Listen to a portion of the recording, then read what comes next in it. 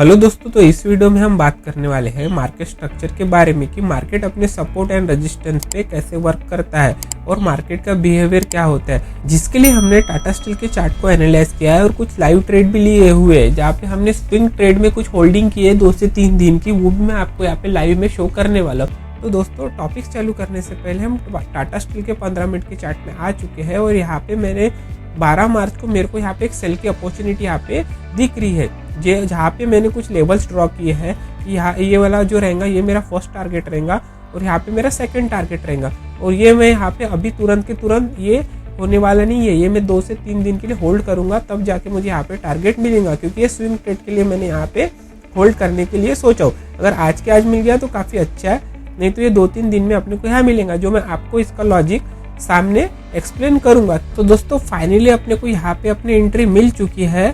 12 मार्च को ही अपने को यहाँ पे एंट्री मिल चुकी है और अभी अपन उसको यहाँ तक के वेट करेंगे, क्योंकि ये भी एक सपोर्ट लेवल बन रहा है। ठीक है, ये सब सारी चीजें मैं आपको सामने एक्सप्लेन करूंगा। पहले आप ट्रेड देख लीजिए कि कहाँ तक ये आता है या अपना स्टॉप लॉस जाता है। ठीक है, तो दोस्तों, जैसे कि मैंने आपको बोला था कि 12 मार्च को यहाँ पे एक अपनी एंट्री हुई थी और आज 13 मार्च है, एक दिन में अपना टारगेट यहाँ पे हिट हो चुका है, बट मैं उसको यहाँ तक की होल्ड करने की सोच रहा हूँ कि हाँ, यहाँ से अगर यहाँ पे वो सर्वाइव कर जाता है तो ऑब्वियसली मार्केट यहाँ तक आ सकता है।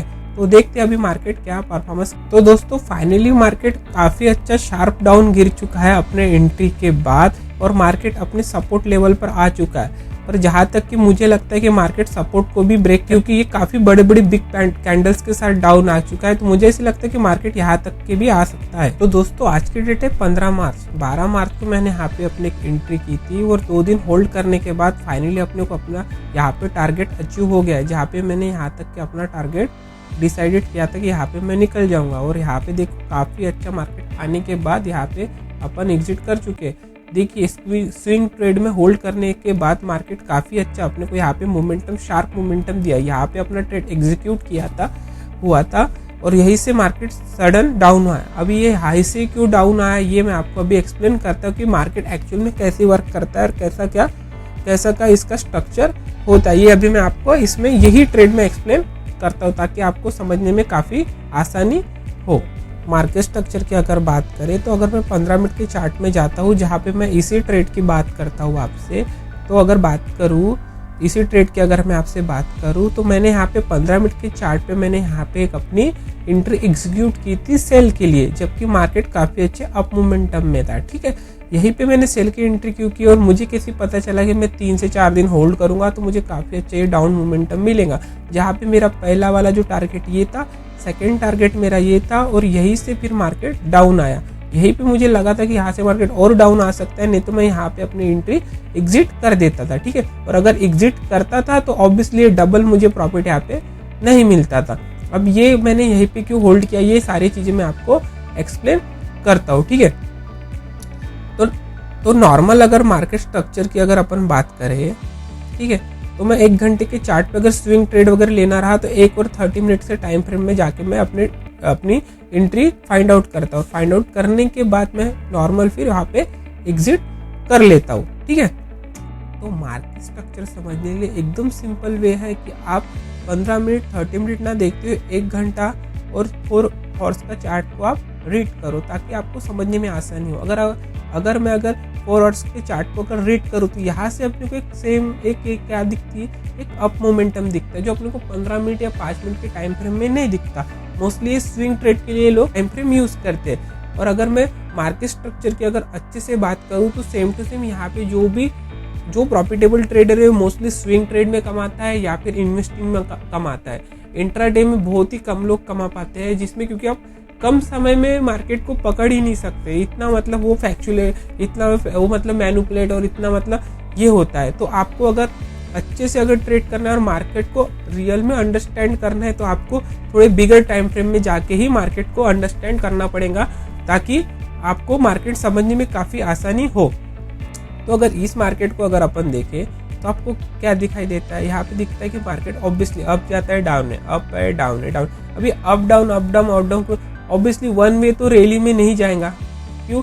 ये वन वे रैली क्यों नहीं जाता ये भी मैं आपको बता देता हूँ, क्योंकि मार्केट की ये स्ट्रक्चर, ये मार्केट ऐसे ही वर्क करता है। क्यों करता है ये भी मैं आपको बता देता हूँ। देखो अब देखो वन वे में मार्केट गया, ऑब्वियसली एक छोटा पॉज लेगा। क्यों पॉज लेगा, पॉज का भी मैं आपको रीजन बता देता हूँ। देखो जब तक कि सेलर यहाँ पे अवेलेबल होंगे नहीं तब तक बायर उन सेलर के स्टॉप लॉस हिट हंट करने ऊपर कैसे जाएगा।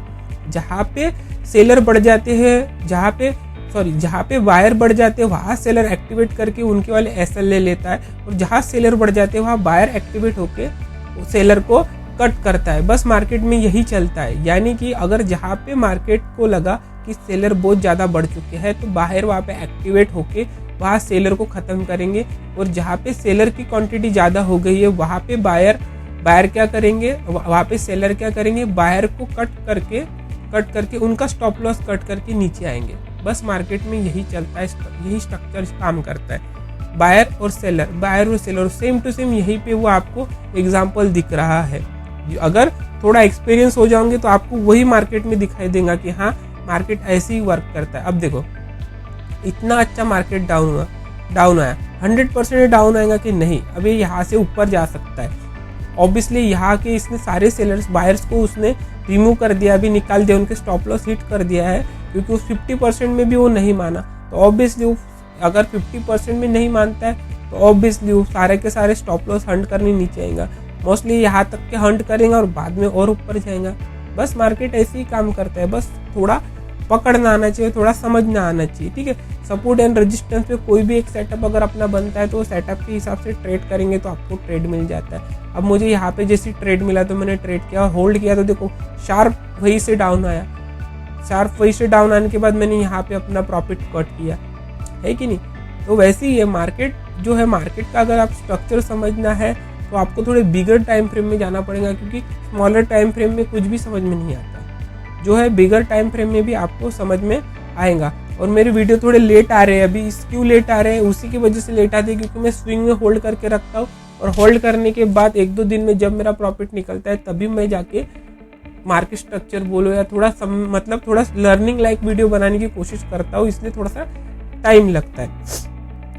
ठीक है, आई होप कि आपको ये थोड़ा सा समझ में आया होगा कि अगर सेलर्स बढ़ जाते हैं तो बायर्स उनको कट करने के लिए डाउन आते हैं। ठीक है, डाउन मार्केट करते हैं, और बायर्स बढ़ जाते हैं तो सेलर्स उनको कट करने के लिए मार्केट को डाउन लाते हैं। ठीक है, यानी कि लिक्विडिटी जितना बढ़ेंगी उसको कट करने के लिए मार्केट में लिक्विडिटी होना बहुत जरूरी है। जितना लिक्विडिटी बढ़ेंगी उतना मार्केट अप जाएगा। और एक आपको चीज़ बता दूं, कोई भी स्टॉक मार्केट हो, फॉरेक्स मार्केट हो, कोई भी हो, वो सिर्फ बढ़ने के लिए बना है, वो सिर्फ बढ़ते रहेंगे। अगर आप इन्वेस्ट करके रख दोगे और छोड़ दोगे तो वो आप कुछ सालों के बाद देखोगे तो वो आपको हमेशा प्लस में दिखोगे। जो इन्वेस्टर है बड़े बड़े, वो इन्वेस्ट करके छोड़ देते हैं, और वो देखना फाइनली वो मार्केट वो बढ़ता है। कोई भी कंपनी बढ़ने के लिए ही बनी हुई है।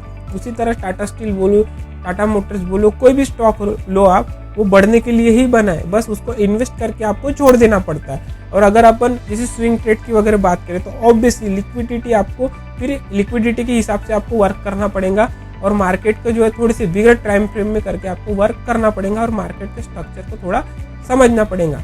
जो मेरे प्रीवियस वीडियो में भी मैंने आपको बताया, आप चाहो तो जाके देख के समझ सकते हो कि मार्केट कैसे वर्क करता है, और इसी वीडियो में मैं भी वो आपको समझा रहा हूँ कि मार्केट कैसे वर्क करता है। तो अगर टाटा स्टील में ये ट्रेड का अगर मैं आपको लॉजिक एक्सप्लेन करूँ तो बहुत ही सिंपल इसका लॉजिक था। ये जो मैंने ड्रॉ करके रखा है, मैंने क्यों ड्रॉ किया और ये मैंने क्यों ड्रॉ करके रखा है, ये भी मैं आपको एक्सप्लेन करता हूँ, और मैंने ये हाई पे क्यों एग्जिट किया ये भी मैं आपको एक्सप्लेन करता हूँ।